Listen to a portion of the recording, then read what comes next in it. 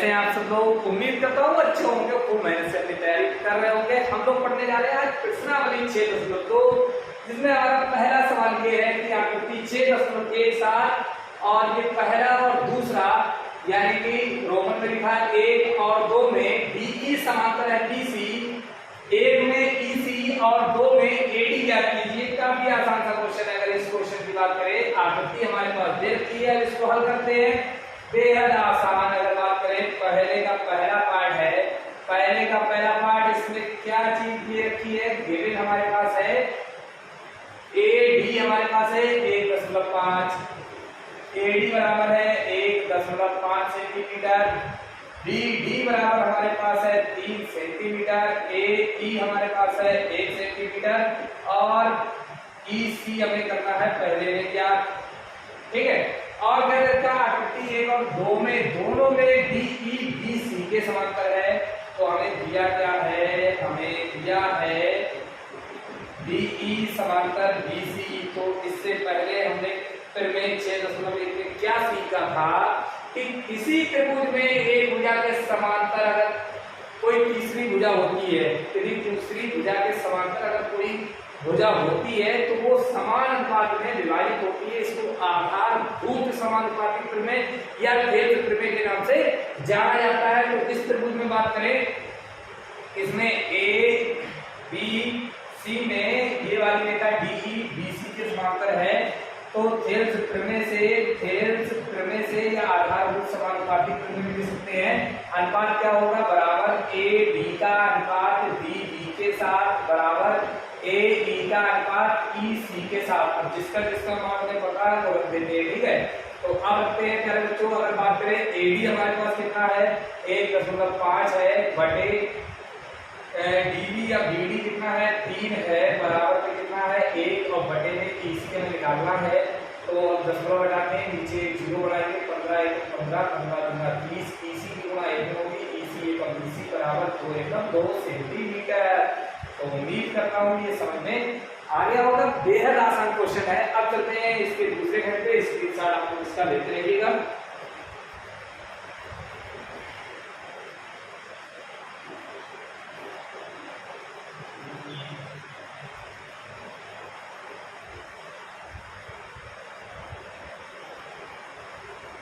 अब इसके देखते हैं सेकंड पार्ट। तो सेकंड पार्ट इसमें क्या है, पहले का जो हमारे पास सेकंड पार्ट है वो क्या करता है, आकृति में हमें एडी का मान निकालना है, ये वाला मान हमें जो है निकालना है। तो हमें दिया क्या है और ज्ञात क्या करना है। इसमें जो दे रखा है, एक तो हमें बीडी या डीडी दे रखा है, कितना है 7.2 सेंटीमीटर और हमें एक ई दे रखा है 1.8 सेंटीमीटर और ईसी हमें दे रखा है कितना 5.4 सेंटीमीटर। दूसरे में हमें ज्ञात करना है एडी, तो हमें ज्ञात करना है क्वेश्चन ज्ञात करना है एडी, ज्ञात करना है हमें एडी, हमें निकालना है। फिर से देखिए चित्र में क्या देता है, हमने अगर बात करें तो हमें जो दिया गया पोर्शन है क्या डीई समांतर की बीसी है, तो फिर प्रमेय से अनुपात क्या होगा, बराबर प्रमेय से अनुपात होगा बराबर। अगर बात करें ए डी बटे हमारे पास हो जाएगा डी बी बराबर हमारे पास हो जाएगा ए ई बटे में हो जाएगा ई सी। ठीक है। तो अब इसके आगे से सोचते हैं,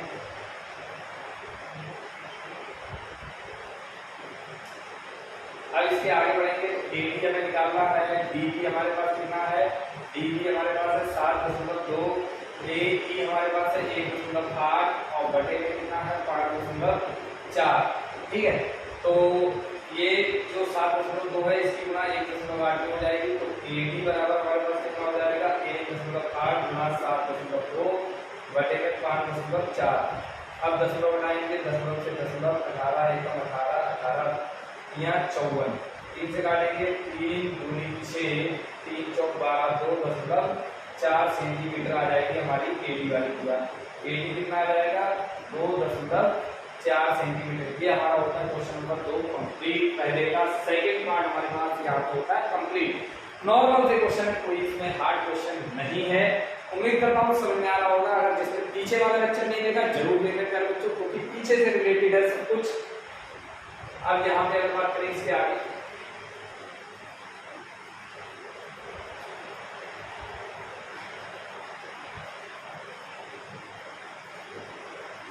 हमारे पास है प्रश्न संख्या 2। तो दूसरा प्रश्न हमारे पास क्या है, किसी त्रिभुज PQR की भुजाओं PQ और PR पर क्रमशः बिंदु P और F स्थित हैं।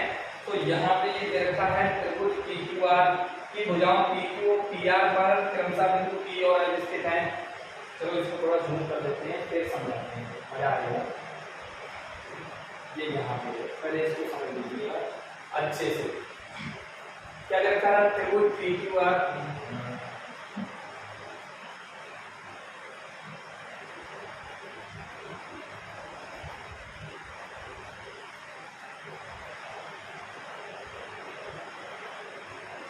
इसमें दे रखा था त्रिभुज PQR की भुजाओं PQ और PR पर, यानी कि त्रिभुज PQR की भुजाओं PQ और PR पर, किसी त्रिभुज PQR की भुजाओं एक PQ है एक PR पर क्रमशः बिंदु P और F स्थित हैं। निम्नलिखित में से प्रत्येक स्थिति के लिए बताना है क्या EQ जो है QR के समांतर है या नहीं। ठीक है, यहाँ पे हमें एक त्रिभुज बनाना पड़ेगा, कौन सा, PQR, जिसकी दो भुजाओं एक PQ और एक PR पर बिंदु स्थित है। एक E है जिसपे PQ पे E है और PR पे कितना है, F है। ठीक है, तो हमें बताना प्रत्येक स्थिति में कि EF जो है QR पे क्या है, समांतर है या नहीं। इसमें पहला पार्ट हमारा ये है, दूसरा पार्ट ये है, तीसरा पार्ट ये है। ठीक है, ये हमें बताने हैं। अगर बात करें इस स्थिति को, अब देखते हैं इस प्रश्न को भी देख लेते हैं क्या हमारे पास है। ठीक है, तो अब देखते हैं बच्चों,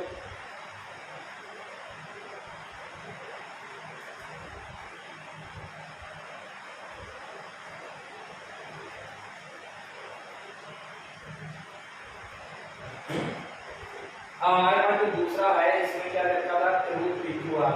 तो एक पहले हम त्रिभुज बनाएंगे, त्रिभुज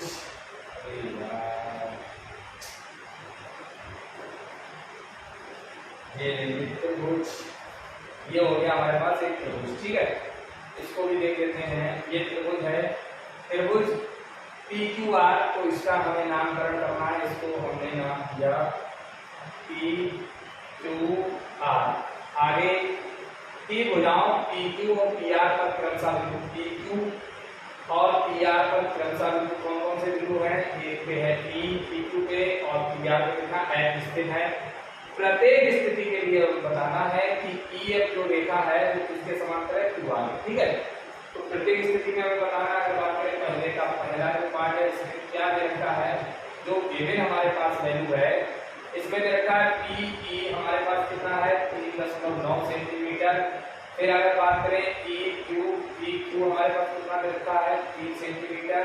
फिर अगर बात करें PF जो है वो हमारे साथ दे रखा है 3.6 सेंटीमीटर। फिर FR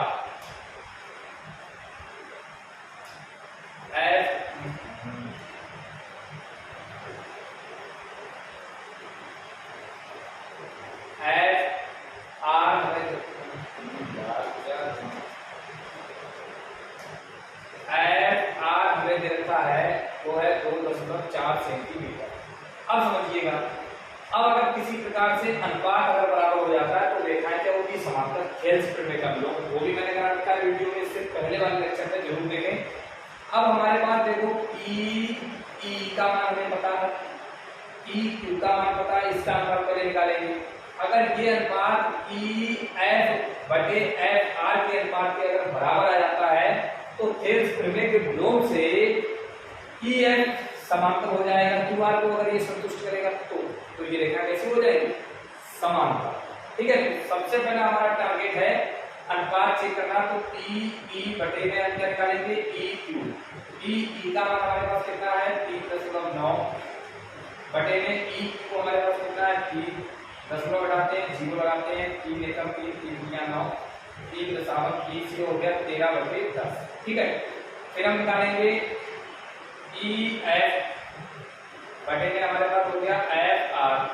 EF कितना है, EF की बात करें तो ये 3.6 बटे में FR कितना है, ये है 2.4। तो दशमलव बढ़ाएंगे कोई फर्क नहीं पड़ेगा। बात करें 12 या 36, 12 दूनी 24, ये हमारे पास हो जाएगा 3/2। अब सोचने वाली बात यहाँ पे क्या है, समझिएगा। यहाँ पे अनुपात पहले आप चेक कीजिए, चूंकि यहाँ जो है वो पी ई का जो अनुपात है पी क्यू के साथ वो बराबर नहीं है। पी ई बटे ई क्यू का अनुपात जो है यह 13/10, पी एफ बटे एफ आर का जो अनुपात है ये 3/2 है, ये बराबर नहीं है। पी एफ बटे एफ आर के अनुपात के बराबर नहीं है, इसलिए आधारभूत समानुपातिक प्रमेय के विलोम से या थेल्स प्रमेय के विलोम से जो है ये रेखाएं समांतर नहीं होती हैं। जब अनुपात बराबर नहीं है तो इसका मतलब थेल्स प्रमेय संतुष्ट नहीं हो रही है। जब थेल्स प्रमेय नहीं संतुष्ट हो रही है तो ये रेखाएं समांतर नहीं हो सकती। यानी कि थेल्स प्रमेय, चूंकि थेल्स प्रमेय संतुष्ट नहीं हो रही है, चूंकि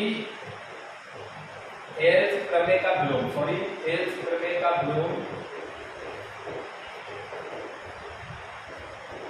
संतुष्ट नहीं हो रहा है, या आप ये भी लिख सकते हो आधारभूत समानुपातिक प्रमेय जो है संतुष्ट नहीं हो रही है, इसलिए थेल्स प्रमेय का विलोम संतुष्ट नहीं हो रहा है, इसलिए पी एफ जो है वो समांतर नहीं है। समांतर का चिन्ह बनाओ, काट लो, इसका मतलब समांतर नहीं है इसके क्यू आर के। ठीक है, ये हमारे पास क्वेश्चन नंबर 2 का जो पहला पार्ट है ये कंप्लीट हो जाता है। तो उम्मीद करता हूँ समझ में आ रहा होगा। इंटरेस्टेड आप लोग पढ़िए, इंटरेस्ट लेके पढ़िए, मतलब जब तक मजा नहीं आएगा, चीजों को सीखोगे नहीं तब तक नहीं समझ में आ सकता। तो इसमें रुचि रखिएगा क्वेश्चन में, क्वेश्चन अपने आप से आसान हो जाते हैं बच्चों, कोई नई चीज नहीं है। मैं बार बार वही चीज समझाने का प्रयास कर रहा हूँ। अब देखते हैं इसके आगे। तो इसके आगे इसका जो सेकंड पार्ट है वो भी समझिए, दूसरे का सेकंड, क्योंकि हम लोग यहाँ पे A to Z सवालों को हल करेंगे।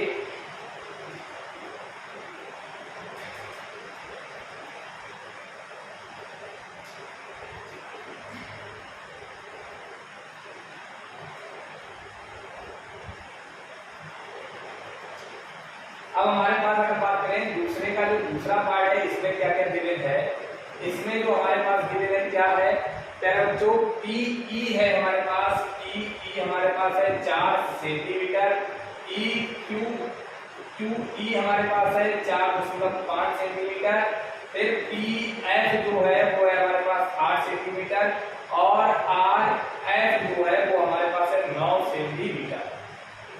ठीक है, फिर से देखिए, पी ई हमारे पास दे रखा है, ई क्यू हमारे पास दे रखा है, पी एफ हमारे पास दे रखा है, एफ आर दे रखा है। फिर से अनुपात निकालिए, तो हम सबसे पहले क्या निकालेंगे, पी ई बटे में क्यू ई, पी ई बटे में क्यू ई, पी ई कितना है 4/4.5, 10 बनाएंगे, ऊपर एक 0 बनाएंगे, काट लेते हैं, 5 8 40 और 5 में 45, ये हमारे पास हो गया 8/9। फिर निकालेंगे इसका पी एफ बटे एफ आर निकालेंगे, तो पी एफ कितना है 8/9। अब यहाँ पे चूंकि अनुपात है बराबर, पी ई का अनुपात पी क्यू के साथ जो है वो बराबर है पी एफ का अनुपात एफ आर के साथ। अब थेल्स प्रमेय क्या हो रही है, संतुष्ट हो रही है, चूंकि यहाँ थेल्स प्रमेय मतलब थेल्स प्रमेय का विलोम, बार बार थेल्स प्रमेय आ रहा है, चूंकि यहाँ थेल्स प्रमेय का विलोम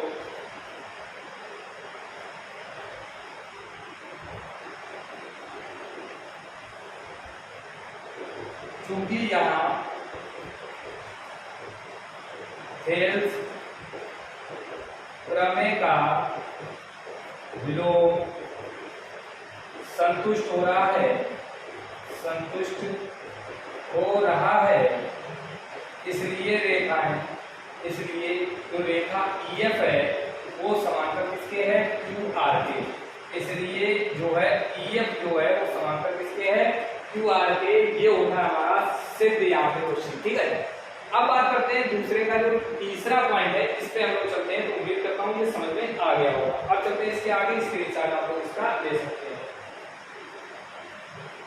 अब अगर इसके आगे की बात करें तो इसके आगे बढ़ते हैं।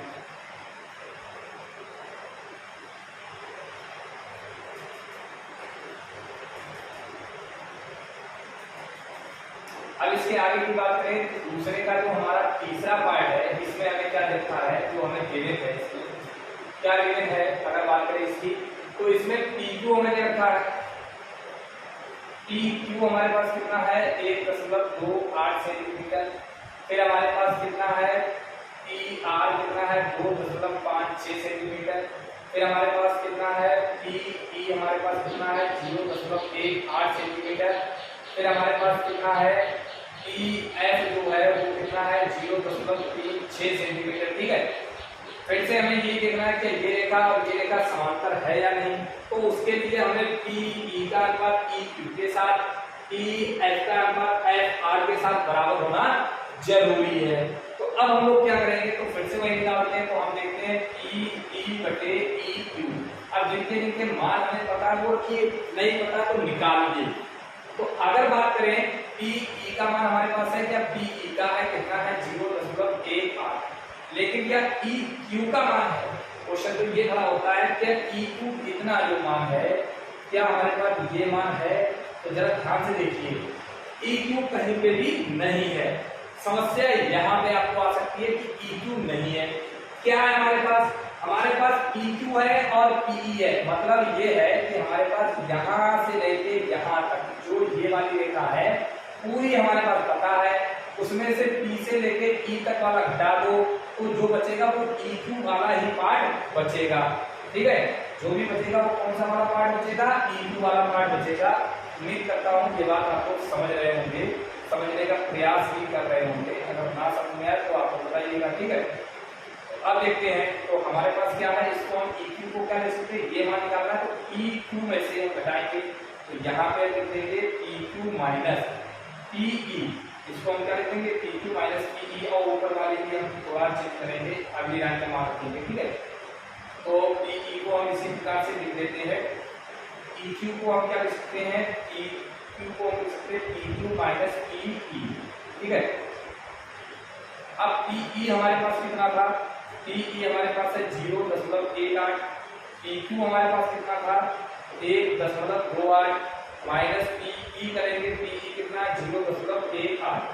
तो 0.18 बटे 8 में से 8 गया 0, और यहाँ पे 2 में से 1 गया 1, फिर दशमलव, फिर 1 में से 0 गया 1, 1.1।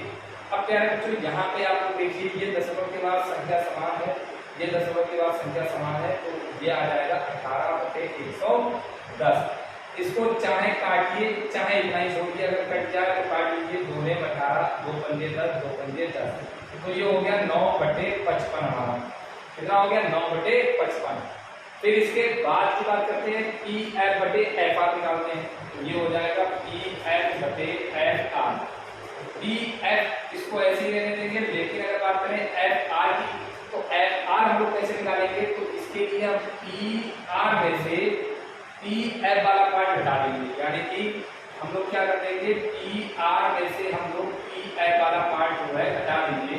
तो पी एफ हमारे पास कितना है, वो है 0.36 बटे पी आर कितना है, तो पी आर हमारे पास है 2.56 माइनस इसको हटाएंगे, ये आएगा 0.36। ठीक है, तो अब इसके आगे की बात करें तो ऊपर तो यही रहेगा 0.36, और नीचे कितना हो जाएगा 6 में से 6 जाएगा 0, 5 में से 3 जाएगा 2, फिर दशमलव, 2 में से 0 जाएगा 2। अब ये हमारे पास क्या हो गया 0.36 और 2.20, दशमलव के बाद संख्या समान है, हटा देंगे, ये आ जाएगा 36/220। काट लीजिए। अब अगर बात करें इसको हम काटते हैं 4 से, तो 4 में 36, 4 पंजे 20, 2 बचा 0, फिर आ गया 4 पंजे 20, ये आ गया 9/25, ये आ गया कितना 9/25।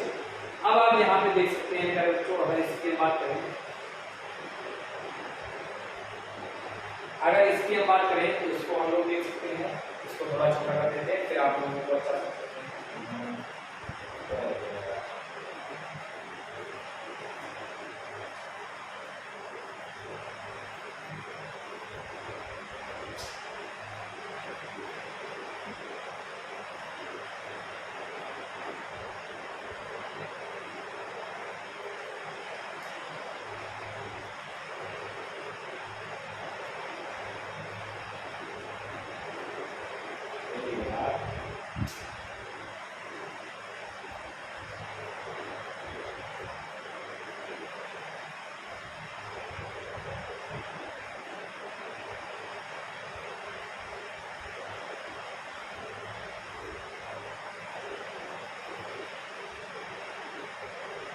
अब देखते हैं क्या ये रेशियो बराबर है। तो अब आप देखिए पी का अनुपात क्यू के साथ बराबर है पी एफ का अनुपात एफ आर के साथ। चूंकि पी बटे क्यू जो है वो बराबर है अनुपात में पी एफ बटे एफ आर की, ये अनुपात बराबर है। इसका मतलब क्या है कि खेल का विलोम जो है वो संतुष्ट होता है। अगर खेल का विलोम संतुष्ट होता है तो ये रेखाएं कैसी होंगी, समांतर। क्योंकि खेल प्रमेय का विलोम, खेल जो प्रमेय है उसका विलोम जो है, खेल प्रमेय का विलोम संतुष्ट होता है, संतुष्ट होता है। क्योंकि खेल प्रमेय का विलोम संतुष्ट होता है, इसलिए जो रेखाएं हैं ई एफ वो समांतर है किसके साथ, 2r के साथ। इसलिए ई एफ समांतर है किसके साथ, 2r के साथ। यही हमारे पास होता है सिद्ध। ठीक है, उम्मीद करता हूं अच्छे से आपको क्वेश्चन समझ में आ गए होंगे। अब इसके आगे की बात करें, अब यहाँ पे समझते हैं इसके आगे।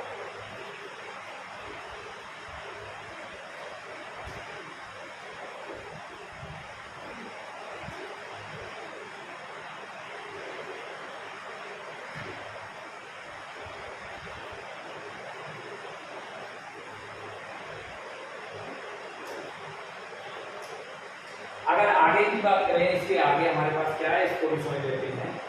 इसमें दे रखा है तीसरा जो हमारे पास प्रश्न है आकृति 6.18 में, आकृति 6.18 कहाँ पे है इसको भी थोड़ा बता देते हैं। ये है हमारे पास आकृति 6.18, ठीक है, ये पूरी आकृति 6.18 है। इसमें LN समांतर है CB, ये वाली जो रेखा है ये समांतर किसके है, CB या BC वाली, ठीक है। और LN समांतर है CD के, LN ये वाली रेखा ये किसके समांतर है, CD के। तो हमें सिद्ध क्या करना है, सिद्ध करना है AM बटे AB, यानी कि ये AM का अनुपात किसके साथ, AB के साथ बराबर AM बटे AB। AM का जो अनुपात है वो किसके साथ हमें सिद्ध करना है, AB के, मतलब यहाँ से लेके यहाँ। नॉर्मल सा क्वेश्चन है, लेकिन अगर बात करें इंपॉर्टेंट टाइप का ये क्वेश्चन है तो फिर जो आसान है इसमें भी हेल्प में लगेगी, कैसे लगेगी, कब लगेगी, ये आपको समझना है, ठीक है। चीजों को आसानी से समझते रहिए, काफी आसान सा चैप्टर है, इंटरेस्टेड चैप्टर होना चाहिए आप लोगों का। तो गणित ऐसा सब्जेक्ट है जिसमें जब तक आप इंटरेस्ट नहीं करोगे तब तक वो समझ में नहीं आने वाला, ठीक है। हार्ड कुछ भी नहीं है, सब नॉर्मल सा है। मैं कैसे करता हूँ ये आप लोग देखिए। आकृति आपकी बनी हुई है, फिलहाल अगर मैं यहाँ पे बना दूं तो मैं यहाँ पे बना देता हूँ। चलिए सवाल नंबर 3, सवाल नंबर 3 है, इसमें क्या कहते हैं, आकृति आपके सामने है, ठीक है, मैं बना देता हूँ। फिलहाल ये आपके पास आकृति है, ये आपके पास आकृति है। तो मिला के इसमें इसके नाम की अगर बात करें, ये हमारे पास रेखा D, ये हमारे पास रेखा A, ये हमारे पास रेखा C, ये हमारे पास रेखा D। BC वाली जो रेखा है वो समांतर है किसके, ML वाली के, और जो ये LM जो है वो समांतर है CD। ये रेखा इसके समांतर है, ये डबल वाला डबल वाला समांतर है। क्या रेखा है इसको भी हम नोट करते हैं। सबसे पहले जो गिवन पार्ट है आकृति 6.18 तुम्हारे सामने बनी हुई है, LM समांतर है CD, ठीक है, जो हमें दिया है LM समांतर है CD। और क्या लिखा है, LN जो समांतर है वो CD के है। जो हमें सिद्ध करना है ये तो दिया गया है, हमें सिद्ध क्या करना है, अगर बात करें इसमें सिद्ध क्या करना है बच्चों, ठीक है, इसमें सिद्ध करना है AM बटे AB बराबर AM बटे AD, ठीक है, ये हमें क्वेश्चन करना है सिद्ध। अब इसकी अगर हल की बात करें तो काफी आसान सा क्वेश्चन है। यहाँ पे दो त्रिभुज हैं, एक तो ABC है, एक है ACD है। तो एक बार ABC में हम लोग लेके चलते हैं, त्रिभुज ABC में अगर देखें तो यहाँ पे ML जो है वो समांतर है BC के, ML समांतर है BC के, इसलिए धेर्य प्रमेय से अगर रेखाएं समांतर होती हैं तो अनुपात क्या होता है, बराबर होना चाहिए। तो AM बटे MB, तो AM बटे MB का अनुपात जो है वो बराबर होगा किसके, AL बटे LC के, AL बटे LC के। ये हो गया समीकरण नंबर 1, ठीक है। इसी प्रकार से अब दूसरा त्रिभुज ACD लेके चलते हैं। त्रिभुज ADC में फिर आप देखिए ये रेखाएं LM जो है वो समांतर समांतर है CD के। तो फिर अगर बात करें तो थेल्स प्रमेय से अगर बात करें, थेल्स प्रमेय से अनुपात क्या होगा, बराबर AM/MD, AM/MB जो है ये बराबर होगा किसके, AL/LC के। ये हो जाएगा AL/LC के। ये हो गया समीकरण नंबर 2, ठीक है। अब इसके अगर आगे की बात करें तो समीकरण 1 और 2 को आप लोग स्पष्ट तरीके से देखेंगे। तो समीकरण 1/2 से क्या है, समीकरण 1/2 से अगर हम बात करें तो 1 और 2 से क्या स्पष्ट है कि दोनों समीकरण की जब आप तुलना करेंगे तो RHS वाला पार्ट आपस में क्या है, बराबर। तो LHS वाला पार्ट भी क्या होगा, बराबर। AM/MB बराबर किसके होगा, ये तो सेम हो गया, ये हमने सेम कर दिया LL/LC, यानी कि अरे यार गड़बड़ कर दिया, ये गड़बड़ हो गया, वो तो सही है। यहाँ पे होना चाहिए ये n होगा, ये चित्र में गलत बन गया, ये यहाँ पे n होगा, ठीक है। ये हमने जो है गड़बड़ कर दिया है।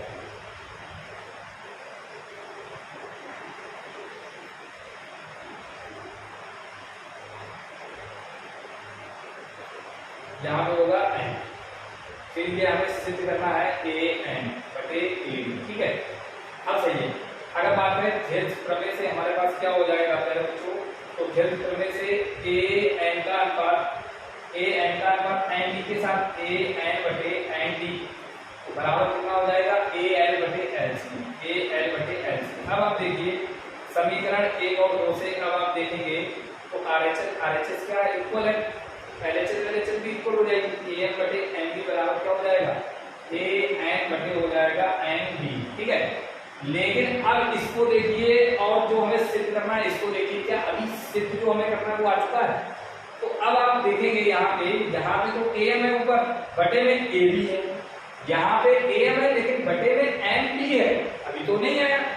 फिर यहाँ पे AN है, बटे में AD है, AN तो आ गया लेकिन AD नहीं आया। तो हम लोग क्या करेंगे, समस्या तो इस बात पे क्या करें, तो जब भी अगर क्वेश्चन आए तो आपको जो नहीं लाना है उसको देखो कैसे हम लाते हैं, मतलब जो आ गया उसको हम क्या करेंगे। तो इसका मतलब ये है AM और AN में चेंज नहीं करना, नीचे वाले में चेंज करना, तो पलट लीजिए, सीधी सी बात है।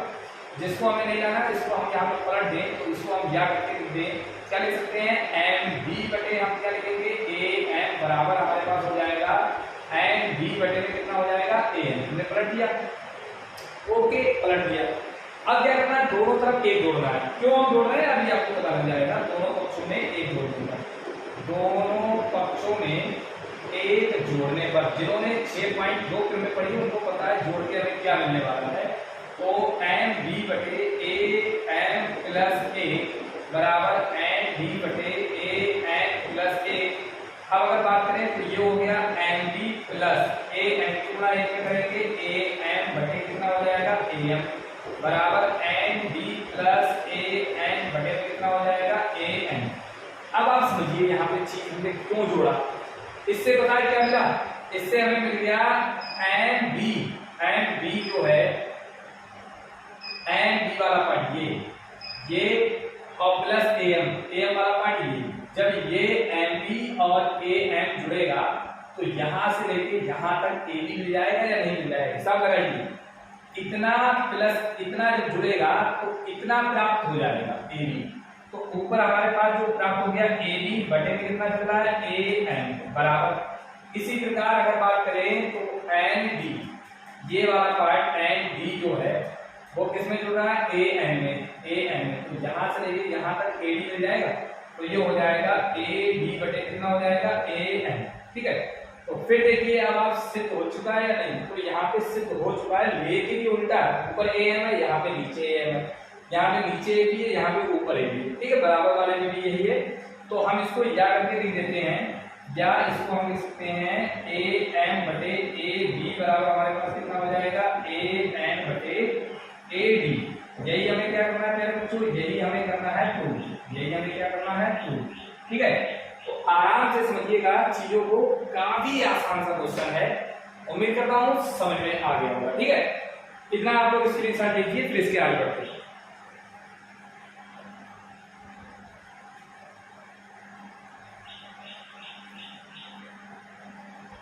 अब अगर इसके आगे के क्वेश्चन की बात करें तो इतना आपको समझ में आ गया होगा। अब चलते हैं इसके आगे, क्या है इसके आगे।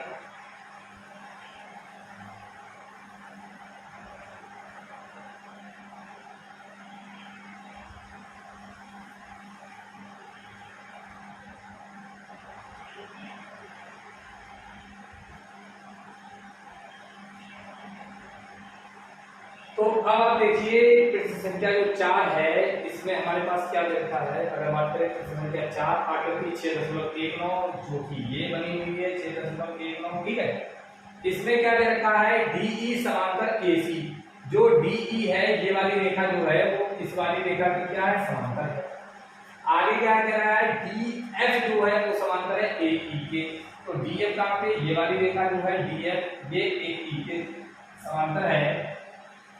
तो हमें क्या सिद्ध करना है, BF का अनुपात FE के साथ, यानी कि BF का अनुपात FE के साथ कितना बटे कितना बराबर BE का अनुपात EC के साथ, बराबर में BE का अनुपात EC के साथ, सॉरी EC के साथ, ये BE का अनुपात EC के साथ, ये वाले में कोई काम नहीं, ठीक है। तो उम्मीद करता हूँ क्वेश्चन आपको समझ में आ गया होगा। अगर बात करें इस क्वेश्चन की तो काफी आसान सा क्वेश्चन है।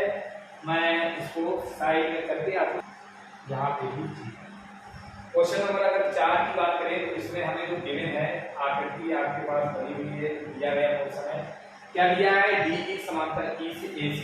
तो अगर बात करें DE जो है वो समांतर किसके है, AC के। और हमें क्या दिया रखा है, DF वाला क्वेश्चन है वो समांतर है AE वाले क्वेश्चन के। हमें सिद्ध क्या करना है, तो अगर यहाँ पे बात करें तो हमें सिद्ध जो करना है वो करना है BF बटे BF का अनुपात किसके साथ, FE के साथ, बराबर BE का अनुपात EC, ये हमें करना है।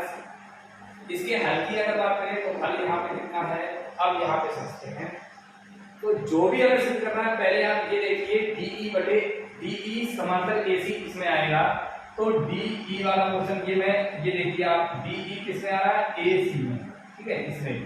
तो ये वाला त्रिभुज हम लेके चलेंगे, कौन सा, बड़ा वाला कौन सा है, ABC में, त्रिभुज ABC में। तो अब बात करें तो त्रिभुज ABC में कौन सी रेखा किसके समांतर देखिए, DE समांतर है AC के। तो सवाल में भी दिया है DE समांतर है AC के, तो अप्लाई कर दीजिए थेल्स प्रमेय। जब किसी त्रिभुज में एक भुजा के समांतर अगर कोई भुजा होती है तो लगता है कौन सी प्रमेय, थेल्स प्रमेय से। तो थेल्स प्रमेय से क्या होगा, अनुपात होगा बराबर, क्या अनुपात होगा, BD बटे DA, BD बटे में DA बराबर किसके होगा, ये बराबर हो जाएगा BE बटे EC। जहां से अनुपात टूटता है वहां तक की दूरी कवर होती है, तो ये हो जाएगा BE बटे में EC, ठीक है। तो ये हो जाएगा BE बटे में EC। अब काफी बच्चों को चित्र नहीं दिख रहा होगा, तो ये देखिए, ये था हमारे पास BE बटे में EC, ठीक है। अब अगर इसके आगे की बात करें तो अभी एक रेखा और समांतर देखिए DFAE के। तो DFAE कौन सा त्रिभुज बनेगा, तो इसके लिए DFAE ये त्रिभुज बन रहा है AE ये वाला, इसके समांतर है DF से, ठीक है। तो अब देखिए, अब हम लोग त्रिभुज लेके चलेंगे, त्रिभुज ABE में अब हमारे पास कौन सा अनुपात किसके बराबर है, तो ये देखता है DF जो है वो समांतर है AE के।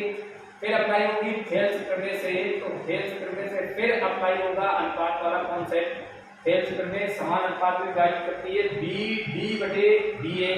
तो ये हो जाएगा BD बटे में हो जाएगा DA बराबर किसके होगा, BF बटे में FE, BF बटे में FE। ये हो गया समीकरण नंबर 2, इसको हम मान लेंगे 1। अब आप इसकी अगर तुलना करेंगे तो समीकरण 1 बार 2 से अगर बात करें, इनकी अगर आप तुलना करेंगे 1 और 2 की, तो अब आप देखिए LHS वाला भाग यहाँ पे समीकरण 1 में, LHS वाला भाग समीकरण 2 में, तो दोनों आपस में कैसे बराबर, तो RHS वाले भाग भी क्या होंगे बराबर।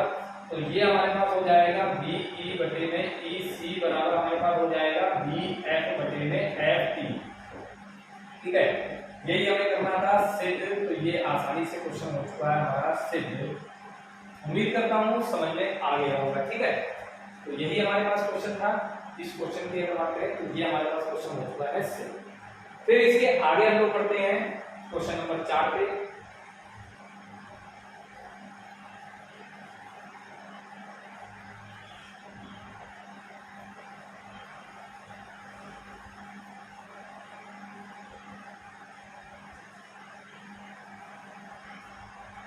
बात करें क्वेश्चन नंबर 4 की, तो क्वेश्चन नंबर हमारे पास 4 पे लिखा है। इसमें कह रहा है आकृति 6.1। अच्छा ये तो हो गया। अच्छा ठीक है, 5 पे चलते हैं। क्वेश्चन नंबर 4 को हम उठाइए। अब बात करते हैं क्वेश्चन नंबर 5 की। तो क्वेश्चन नंबर 5 हमारे पास है आकृति 6.20। ये है 6.20। ये आकृति है में डीई समांतर OQ के साथ, यानी कि जो दे रखा है, दिया गया है। इसमें क्या दिया है, इसमें हमें दिया है DE जो है वो समांतर है किसके साथ, OQ। और क्या दे रखा है, DF जो है वो समांतर किसके है, OR के साथ। ठीक है, सिद्ध में क्या करना है, दर्शाइए का मतलब है हमें सिद्ध जो करना है। तो सिद्ध क्या करना है, अगर बात करें तो हमें यहाँ पे जो सिद्ध करना है कौन सा पोर्शन, EF समांतर QR। तो EF जो है वो समांतर किसके है, QR के। ठीक है, EF समांतर है QR के। तो अब देखते हैं इस क्वेश्चन को। तो यहाँ पे हल सबसे पहले देखते हैं कौन सा त्रिभुज इसमें लेके चलेंगे। पहले आप देखिए DE जो है वो समांतर OQ के है। तो DE OQ किसमें आएगा, तो ये DE जो है ये आ रहा है OQ को, इसको मिलाइए कौन सा त्रिभुज बन रहा है, ये त्रिभुज बन रहा है आपका ये त्रिभुज आपका होता है। ठीक है, तो इस त्रिभुज को हम क्या कहेंगे, POQ। तो अब अगर बात करें तो यहाँ पे आ जाएगा त्रिभुज POQ में। अब देखिए कौन सी भुजा किसके समांतर दे रखी थी, तो यहाँ पे रखा था ED जो है वो OQ के समांतर है, जो कि स्पष्ट था। DE जो है या ED समांतर है OQ के। जब किसी त्रिभुज में दो रेखाएं समांतर हैं तो लगेगी समानुपातिक प्रमेय, आधारभूत समानुपातिक प्रमेय। इसी को हम लोग कहते हैं शॉर्टकट में हेल्स प्रमेय, या इसको हम DPTV कहते हैं। ठीक है, हेल्स प्रमेय से अनुपात क्या हो जाएगा, बराबर। अनुपात की बात करें तो यहाँ पे अब अनुपात की तोड़ लेते हैं। अनुपात की जब बात आएगी तो अनुपात की तोड़ते हैं, क्या हो जाएगा, EE बटे EQ, EE बटे में EQ बराबर PE बटे में EQ बराबर कहां से कहां तक, ये हो जाएगा PD, यहाँ पे टूट रहा है उसको, PD बटे में DO। तो ये हो जाएगा PD बटे में DO। ठीक है, ये हो गया समीकरण नंबर 1। इसी प्रकार से अगर बात करें दूसरा, हमारे DF समांतर है OR के। तो DF कहाँ पे, ये वाली रेखा, ये किसके समांतर है, OR इस वाली में। कौन सा त्रिभुज बन रहा है, ये बन रहा है PO और ये बन रहा है POR। ठीक है, त्रिभुज POR में। तो त्रिभुज POR में फिर देखिए आप कौन सी रेखा किसके समांतर है, DF जो है वो समांतर है किसके, OR के। तो जब DF OR के समांतर है तो थेल्स प्रमेय लगा लीजिए। थेल्स प्रमेय से जब रेखाएं समांतर है तो थेल्स प्रमेय से अनुपात क्या होगा, बराबर PD बटे में हो जाएगा DO बराबर हो जाएगा PF बटे में हो जाएगा FR। समीकरण नंबर 2 हो गया। अगर बात करें हमारे पास, ठीक है, तो यहाँ पे थोड़ा सही लिख देते हैं।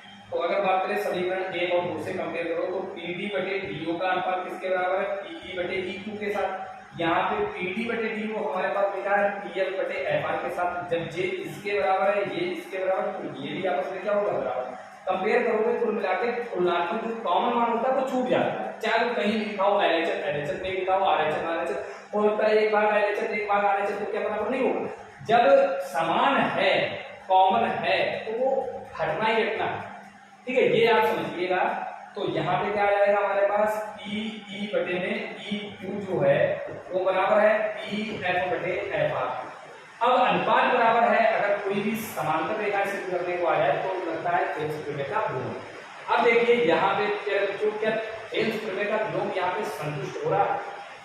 थेल्स प्रमेय का योग के लिए अब आपको समझना पड़ेगा चीजों को, ये समझिए। तो यहाँ पे देखिए PE का अनुपात EQ के साथ, देखिए ई का अनुपात ई क्यू के साथ, ई एफ का अनुपात एफ आर के साथ। अब कहाँ पे रेखाएं टूट रही है? एक तो ई एफ पे टूट रही है, एक क्यू आर पे टूट रही है।